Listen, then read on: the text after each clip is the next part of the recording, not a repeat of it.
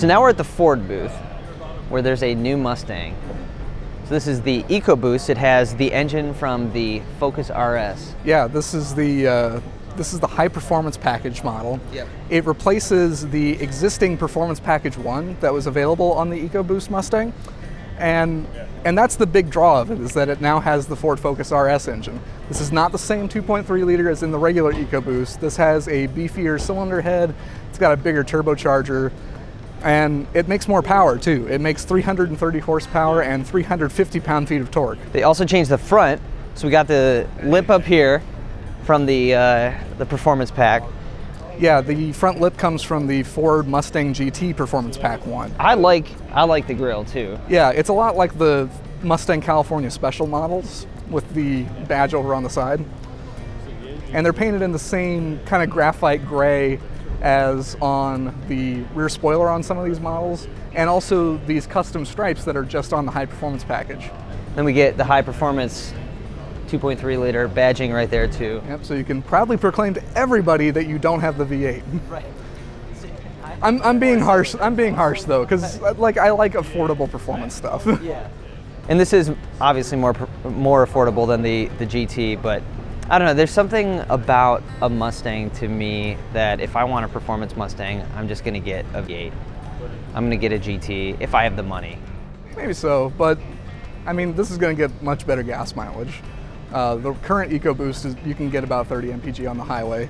And this does sound pretty cool when they fire it up. They fired it up for us at a backgrounder. It actually sounds kind of hot hatch-esque, kind of like a Focus RS.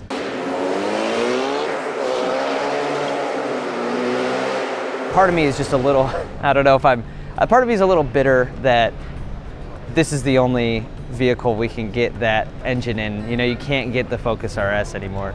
Now you've got that engine in a purely rear-wheel drive platform, which Yeah. is kind of cool. We should also touch on some other features. It's got a shock tower brace for better stiffness. It's got completely retuned suspension, Yeah. the springs, the shocks, the anti-roll bars. It's the 355 rear end in it. It's a limited slip differential. It's also available on every version of the EcoBoost Mustang. You can have it as a coupe or a convertible, and you can have it with either the 6-speed manual transmission or the 10-speed automatic. There's also a special handling package that you can add to the high performance package that gets you wider tires. It also gives you the magnetic suspension. Oh, and of course it also has the regular Mustang GT brakes. This is on all of them with the 4-piston front calipers. I think it's incredible to me that they were able to do this. Basically, this started in the basement at Ford as, hey, I want to put a Focus RS engine into a Mustang. And less than a year later, we have a production vehicle, which is kind of awesome. And you know, I've driven the EcoBoost Mustang quite a bit, and I liked it. I think this will be a lot more of the character that I was hoping for from the original EcoBoost, so it should be a lot of fun to drive. So the Mustang isn't the only thing that Ford brought to the show. They also brought the all-new Escape.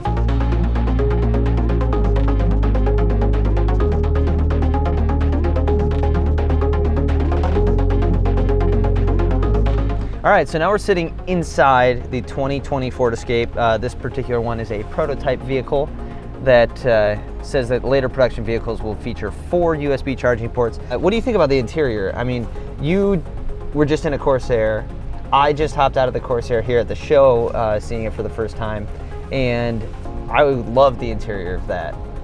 Yeah, the Corsair is fantastic, and the reason that we're bringing that up is because the Corsair is also based on the Ford Escape platform. Mechanically, they're pretty much the same thing.